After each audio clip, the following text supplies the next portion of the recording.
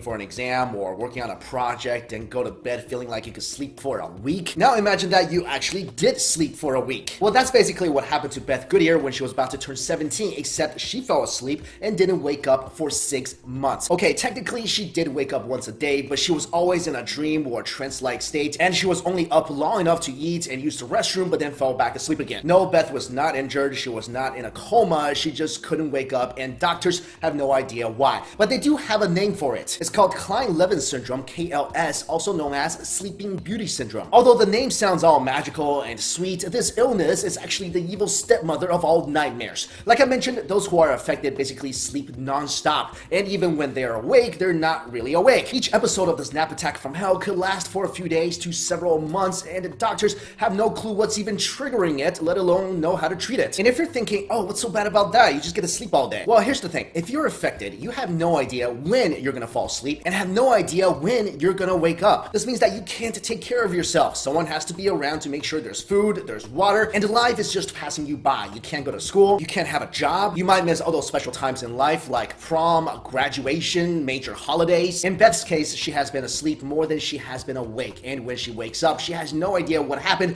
or any concept of time. Beth will usually only stay awake for a couple of weeks before this illness strikes and she's asleep again. According to neurologist Dr. Guy Leschziner, the difference between KLS and other sleep disorders is that those suffering from KLS will also show clear personality changes. They feel as if they are in a dreamlike state, very separate from the world around them. It has a massive impact on their lives. When they wake up and realize what they've missed, they may feel depressed and anxious. KLS is estimated to affect around 1 in a million people around the world. Among those affected, 70% are male, and it mainly affects teenagers and usually lasts around 13 years. Next up, speaking of medical mysteries, a man named Mohibia Bolobasic from Bosnia claims to be able to stick random objects to his body. And I've done a video before about a man whose body is somehow magnetic, and he can stick things on there like silverware and irons. But Mohibia is not only able to stick metallic objects on his body, he's also able to attract random things like TV remotes or ashtrays and whiskey bottles. Mohibia says that his unique ability is not because of training. He says he feels like his body gives off some sort of special energy which makes random things stick to him. You know, this reminds me of that episode of Family Guy when the whole family rolls around in toxic waste and all got superpowers, but then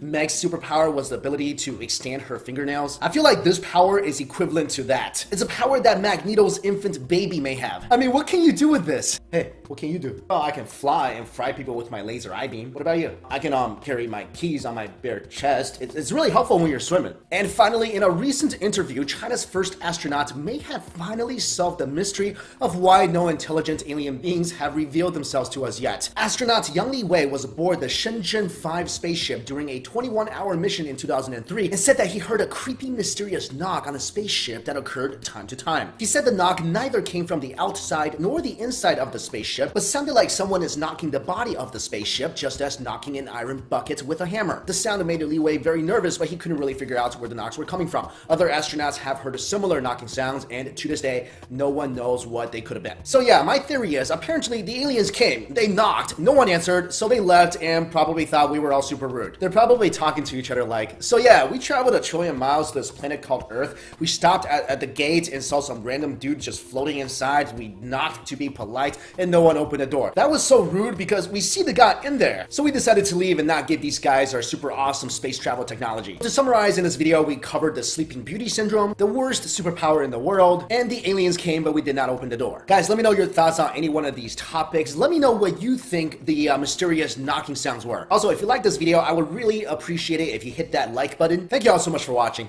See you. Hey guys, it's Mike Chen. Ever stay up for a long time studying for an exam or working on a project and go to bed feeling like you could sleep for a week? Now imagine that you actually did sleep for a week. Well, that's basically what happened to Beth Goodyear when she was about to turn 17, except she fell asleep and didn't wake up for 6 months. Okay, technically she did wake up once a day, but she was always in a dream or trance-like state, and she was only up long enough to eat and use the restroom, but then fell back asleep again. No, Beth was not injured, she was not in a coma, she just couldn't wake up, and doctors have no idea why. But they do have a name for it. It's called Kleine-Levin